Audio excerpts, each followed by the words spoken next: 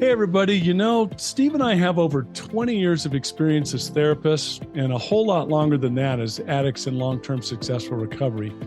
We know better than anyone what works and what doesn't to break out of porn and sex addiction, to heal betrayal trauma, and to reclaim your relationship. And we've gone ahead and poured all of our personal and professional recovery and healing experience into a first-of-its-kind program for addicts, spouses, and couples. We call it Dare to Connect. At least 4 times every week, we engage with you in real time, in the trenches, giving you the knowledge and tools to take back your life and relationship. Whatever else you guys have done on your journey for healing and recovery, we guarantee you have never done anything like this. We've made all the mistakes so you don't have to. Please don't reinvent the wheel. Guys, come on, let's get real. Tomorrow never really comes.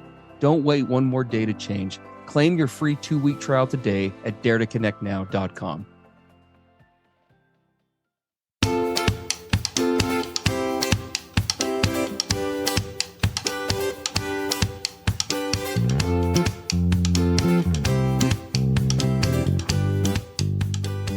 Hey everybody, I'm Steve Moore. And I'm Mark Castleman. We know the pain and heartbreak of porn and sex addiction. And we know the triumph of breaking completely free. Every day, we help our clients find hope and healing.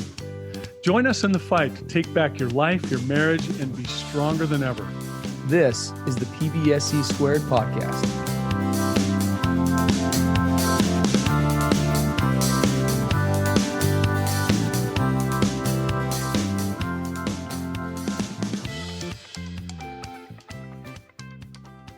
Hello, everybody. Welcome to the PBSE Podcast. Steve Moore here and Mark Castleman. It's good to be with you guys today. We're here on episode 145 of the Porn, Betrayal, Sex, and the Experts podcast. Can't believe it's 145. That is absolutely wild. We've got a great topic today that I don't believe we actually checked to make sure because we weren't positive, but a topic that I don't think we've ever directly covered that came in actually through a listener of ours. So I'm going to go ahead and read the question real quick, and we'll just dive right in. It's an interesting, different shift for today. Hi, Mark and Steve. I am really enjoying your podcast and have been in recovery for just over 9 months. I am listening to the podcast in order and am on episode 72, so forgive me if you have covered this topic. My question is regarding polygraphs. I have failed 2 of them, and now my wife does not trust a thing I say. I admitted that the first one I took was being dishonest. I was being dishonest because I wasn't ready to fully disclose all my past behavior and felt rushed in the disclosure process. However, I scrapped the barrel with my therapist, admitted to everything I could remember from my acting out years, and I still failed a second time. I am now being 100% honest, but now my wife does not trust anything I say. It's not looking good for us because of this. I have heard from other men in recovery that they have experienced the same thing, meaning they were truthful yet failed a polygraph. I wonder where you guys stand on this and if you would have any advice for me going forward. I really do appreciate all you do. As someone who is not religious and a non-believer, I am still able to connect with you guys via this podcast. Thanks. First of all, just love those compliments. Very kind. And we're glad that we make no bones about the fact that we do reference from a Judeo-Christian background, but we want this to be a place where everybody can find healing and hope. And appreciate this listener writing in because we have mentioned polygraphs on here from time to time, Mark, but I don't think we've really ever talked about them in any sort of detail or the role they play in recovery and all that. So, no, we probably avoided it. It can be such a charged topic, controversial. There are those who feel passionately about it as an absolute necessity as part of disclosure. There are others who completely toss it out as having no validity at all, right? Everybody in between. It's a pretty lightning rod issue. Yeah. And we, you and I in our practices have had quite a bit of experience with these. Yes. I think it's important to keep this whole polygraph thing in perspective. It's important to know what it is and what it isn't, what it can do and what it can't do. I've had a lot of spouses, for example, who are suffering under really severe betrayal trauma, and they grab onto this polygraph concept. And one of the things that I find becomes really difficult is when the expectations around it become more than it can deliver, or that it should be required to deliver. Yeah, it can end up with a lot of disappointment, a lot of even resentments, and just all kinds of stuff can happen here. Now, it doesn't mean that they can't be valuable, because they can. So probably the first thing we should talk about is, so why a polygraph in the first place? Why do you even want to consider it? Yeah, it's a good question. And just for those who may not know what we're referencing, so polygraphs are I shouldn't say on occasion, it's actually fairly common to be used in concert with the formal disclosure process. For those who are not familiar with that, formal disclosure, it's something we've talked about in past podcast episodes. We definitely reference you there. But formal disclosure is usually a process navigated by a therapist where an addict goes through, like the name implies, right, literally a process of providing a full disclosure of all past, acting out behaviors in history. There's a lot of positive reasons and outcomes for that. And again, we reference other podcasts for that. But one of the pieces to that is oftentimes included as a way to provide some additional oomph, would be the clinical term, right? To a disclosure, is the utilizing of a polygraph, or a polygraph being taken by an addict in recovery, leading up to usually immediately before the full disclosure actually takes place. And it can help in a couple of ways. So the first is, it can definitely add to the validity of the full disclosure when it's done in concert with other components. Obviously, one of the challenges with the full disclosure is that in order for them to be effective, there has to be sort of a critical mass between both an addict and a partner for them to really work, or to gain leverage in helping change the relationship. And so polygraphs can play a role with other components in helping to provide some of that. Not only is the partner or the addict, right, saying, hey, look, I'm trying to do my best to be honest, I've put everything out on the table. They also, in some cases, that subjecting oneself to voluntarily to a polygraph can provide that additional, right, verification from somebody who's qualified, that can say, look, to the best of my ability, we believe that he is telling the truth. So it's kind of that third party that's outside of the therapist, it's outside of the coupleship, right? Somebody who has no skin in the game at all with this whole process, being able to kind of vouch for it. Another big reason why people do polygraphs is they can be useful in helping to determine, I guess you could say, a client's willingness, right, to navigate the disclosure process. It goes without saying that a full disclosure is never an addict's favorite fun fact when going through the process of recovery. And one of the things that many spouses are looking for is verified evidence, if you will, or verifiable evidence that a spouse, or that the addict partner, after so many instances of betrayal and deception and all the other stuff that's gone on, they're looking for evidence that he truly is willing to really fight for the relationship. And being able and willing to get uncomfortable to engage with a polygraph can be a good step, again, in concert with other things, to be able to not just talk the talk, but so to speak, but to also, quote unquote, walk the walk. Yeah. And there are some basics with regard to polygraphs. I mean, it is not an exact science, and it's very important that be understood. Yeah. I mean, they've come a long way over the last, couple of decades, but accuracy, I think they say accuracy is somewhere in the 80 to 90% range. Yeah. And I mean, that's a pretty high accuracy rate, but it still does leave room for doubt, for error, for whatever. Absolutely. Yeah. And so, you have to know that going in. And also, you need to make sure that there's a qualified polygrapher that's involved with this, not just your run-of-the-mill, person administering a polygraph, but someone who has past experience doing polygraphs around sexual, addiction disclosures. Working with people who have histories with sexual issues is very important. The other side of it is there's a big preparation process. I mean, when we get involved with these disclosure processes and polygraphs, what are the questions that the polygrapher is going to ask? Those questions should be created in in cooperation and harmony with the client, the spouse, and the therapist. Right. This is a very integrated process. You just don't take the addict in recovery and drop him off at the polygrapher's office and say, good luck. There is a lot of preparation that goes into being ready to go in and do this. Yeah. So, yeah, very important to understand the realities of that. Yeah, absolutely. And lots of things can influence polygraphs. This writer of our original question, talks about he went in and owns the fact that he went in just, light his face off with the first polygraph and wasn't willing to own a lot of things. And a polygraph, I think for anybody would be nerve-wracking out the gate. I mean, it is a pretty involved process. You're hooked up to some kind of strange devices and all that jazz. But I think there would be an additional add-on of anxiety, if you will, right, going into that, following, an active deception in the past, and with the way that polygraphs work and the different elements to the body, be it pulse and heart rate and other things that they monitor, obviously that's going to pick up on that. It could play a role in results. And so there are lots of things that can just influence the process. Neither one of us are experts in it, but we're familiar enough with the process to speak to it a little bit. Polygraphs, I think when we talk about them in disclosure, because not everybody does a polygraph in the process of disclosure, I would say probably, honestly, historically speaking, less than half of my couples that I've worked with have requested one. So it's probably a little less than half overall.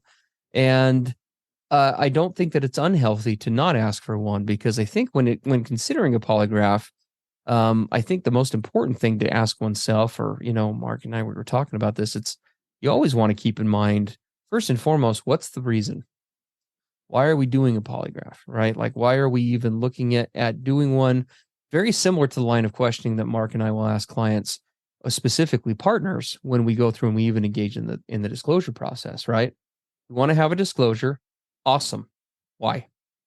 Why do you want to have a disclosure? Because there are lots of healthy reasons to engage in the disclosure process. There are also some unhealthy reasons to engage in the disclosure process. And the same thing holds true for a polygraph, because polygraphs can provide a lot of help and support. But like anything else in disclosure, including the disclosure itself, their capacity to heal is limited. So we're going to talk a little bit about that and what that looks like. Mm-hmm. Yeah, very important to know why you're going into this whole disclosure polygraph situation and what are your expectations. Now, one of the things that I often see where this really goes awry, especially with a spouse, who's in severe betrayal trauma, and sometimes they will start to start to have expectations about what this polygraph process will do. Yes. For example, one of the expectations can too often be, if he passes the polygraph, then I will be safe. Mm-hmm. If that happens, that is what I will need in order to finally feel safe and that we can move forward. And where the real issues come in is when the polygraph is taken and passed, and that instant feeling of complete security and safety and optimism to move forward is not felt. Now we have spouses and addicts in recovery where it starts to get can start to get pretty messy. Yeah. When those feelings and the results didn't happen the way they hoped they would.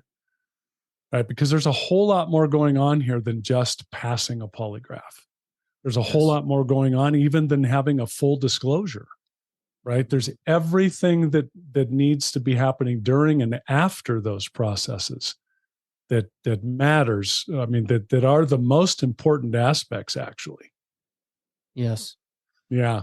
I think you wrote, Steve, you said polygraphs are not a guarantee of either deception or truthfulness. Yes. Right. And special emphasis on the word guarantee. And I understand, when people have been severely betrayed, you are looking for guarantees. Why? Because you're sick and tired of being hurt. You don't want to be blindsided again. You don't want to be made the fool, right? You don't want to go through all of this pain. So I need a guarantee that this guy's got everything out on the table and the whole truth has been told. I need you to guarantee that to me. Well, and likewise, I think for addicts, that's equally the case, right? There's a I mean, this guy vocalizes, I think, really well in his question, right? After all these years of deception or half truths or whatever the case is, when we start getting into serious and real recovery, we get really desperate to be able, what we're experiencing as addicts, in the recovery process, unfortunately, in many cases, is like the boy who cried wolf, but like on playing out on a global epic marital scale, Yes. right? Where we've said so many times that we're serious, but when we haven't been, we find ourselves just begging and pleading and looking to therapists and to others to almost like there's got to be some way that I can somehow make her believe me. Right. Right. Because I'm telling the truth now, but again, we're a victim to our own crying wolf 50,000 times in the past and it not being true. And so I think on both sides of the coin, everybody's looking for that guarantee, right? We're all looking for something or someone to say, yep, he's legit, you Right. can trust this guy again. Yep. And that's the frustrating, hard part about recovery. And when you're dealing with things like intimacy, is that there is no guarantee. If anybody figures out what the guarantee is for trusting your partner again following betrayal, please write us at pbsepodcast.com. Yes, we will write our please. next book with you. Please do send that in right away. We'll all get rich together. Yep. The guarantee. But nothing like that exists. And so, because at the end of the day, choosing to trust someone, whether it's the beginning of a relationship organically or whether it's following betrayal on a more cognizant level, is always a choice. Well, Making that decision. I love that you said that, Stephen. And we know there's a lot of you listening. When you hear that phrase, it might be really tough to hear. Trust is a choice. Well, what do you mean, Mark and Steve? That's not true. Trust is earned. Trust is right. There's evidence that's provided so that someone can trust it, which is true. A choice, which is true. There is evidence. Yeah, but evidence doesn't provide guarantees. No, it does. Evidence, yeah, the evidence doesn't provide guarantee. At the end of the day, with everything else being factored in and doing everything that you can, you're still going to have to come to the risky, vulnerable place to say, I get to choose whether to trust or not. Or I must choose whether to trust or not. Yeah, I mean, it feels like less of a privilege and more of of a scary thing. Yeah. But yeah, no, it's a true. Scary thing. Yeah. Well, and so polygraphs, right? They, this kind of takes us back to this question of why, right? Because just like the disclosure itself, there is no, and here we go with more hard news for spouses, but there is no silver bullet that provides the quote unquote tipping point for now you can trust him. Now you have the blessing, right? You're able to go forward and now trust him. All of the pieces of evidence that happen during recovery over time, everything having to do with his level of willingness, to his sincerity in the process, to how much insight he's able to vocalize, to a variety of other things, those all play a role in providing that. And we do have some ideas for helping to add to that, right? I mean, maybe we should just go through those right now. Yeah, I mean, if we, consider a polygraph and a disclosure, I would even consider those almost as a starting place, right? You're opening the door to trust. And if you're going to walk through that door of trust, there are actually quite a few things that should be present, that should be the evidence that you need to be seeing in order for trust to begin to build and increase. Right? When we say trust is a choice, we don't mean, well, just choose to trust and then nothing else matters. No, what we mean by choosing to trust is, okay, I'm going to choose to trust and move forward, but I'm going to watch and observe and look for evidence. But I'm choosing to go on that journey. Yes. So on that journey, what is the evidence that I can trust again? Well, there's tons of them, right? I mean, we talk about them on the podcast all the time. And we're going to list these, but keep in mind, guys, it's not just whether these things are happening or not, it's how they're happening. Mm-hmm. Are they just a check of the box experience? Or there's something that the addict partner is engaging in on a proactive basis? Is he the one willing to initiate these things, et cetera? But here are some examples. For example, couples check-ins, right? Are they happening? Who's driving the ship on them? How deep do they go? Filters on devices, right? We talk oftentimes about how filters on different pieces of tech, though that, just like anything else, is not a guarantee in recovery, nor will it keep somebody sober, but it can help with the process, and it can definitely help to engender trust. What's his level of willingness with that? Is he abiding by those things? Transparency and sharing, recovery insights. When he comes home from group, does he talk about what he learned? How open is he willing to discuss those things?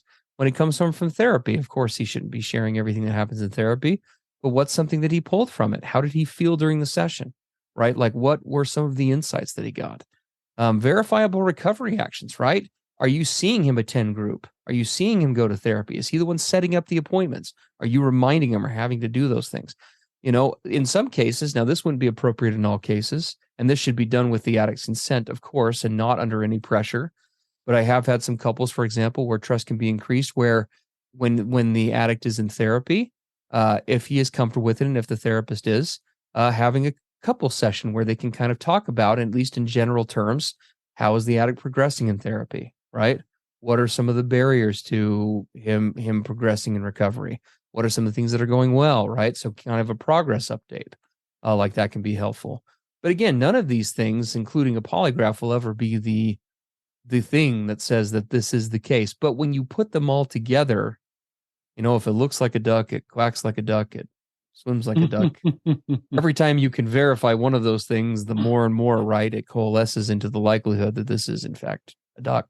And so polygraphs have a really powerful place in the process, but they are not the end all be all, nor is a disclosure, nor any one piece of this process. And so for those guys who are listening, for you addicts who are listening, this is where, we kind of go back to you as being the demographic that wrote in today. Those are the things. If you're looking for ways to build up and to develop trust with a partner, don't look at it like silver bullets. Look at it like a million little BBs in silver shotgun shells, right? It's a bunch of little things that we do in recovery as we go through the process that all formulate a process of change and growth and creating that space where trust can happen again. And Mark, if there was only a place where these people could come to and learn about that, could you tell us a little bit about that place where they could come? You wanted to actually learn how to rebuild trust so that it wasn't dependent on one single thing like a disclosure or a polygraph. Yeah, we have this little program called Dare to Connect. It's sort of in the name, isn't it? Dare to Connect. Yeah, we'd love to have all of you come over and be with us and Dare to Connect. As you may or may not know, we do 3 live sessions with me and Steve. We do full hours, one on Monday, one on Wednesday, and one on Friday. Mondays are addicts, Wednesdays are partners, and Fridays are couples. So you get to spend a full hour with us where we talk about raw and real issues. There's communication in the chat thread. We actually have our wives on those programs. Marks will be here on Wednesday. Oh yeah, my wife will be here on Wednesday in the partner session. Yep. We're actually in another couple of weeks going to have actually a couple on who are in recovery are going to come on the session, and we're going to actually show what it's like to work out some couples issues. So this is in the trenches. This isn't just pre-recorded videos or whatever. This is me and Steve, raw and real, with you in the moment with whatever you're going through right now. So we would love to have you come over there. We just added, for example, live support groups on the weekends, kind of 12-step type support groups where Steve and I facilitate those.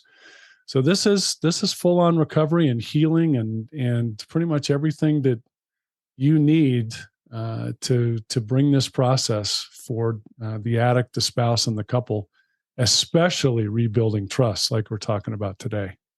Absolutely. Yeah. Give it a look, guys. Give it a chance over at daretoconnectnow.com. We'd love to have you come join us and pick up that free 2-week trial. As always, guys, we appreciate you sending in these questions, and this was a great one today. Please do continue to keep those coming. Again, at pbsepodcast.com, there is a contact form down at the bottom of the page. We would love to hear from you. And as always, it's our pleasure to keep to know that we've got listeners now in 160 some odd countries. We passed 300,000 downloads just a couple of weeks ago, and things are just rolling, and we're just excited and gratified that you're here and that you're finding this helpful, and we would love to continue to work with you. So reach out and let's make it happen. Sounds great. We'll see you next time on PBSE. See you guys. Bye. Everything expressed on the PBSE podcast are the opinions of the hosts and the participants and is for informational and educational purposes only.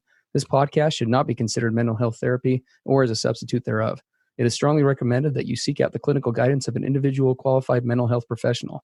If you're experiencing thoughts of suicide, self-harm, or a desire to harm others, please dial 911 or go to your nearest emergency room.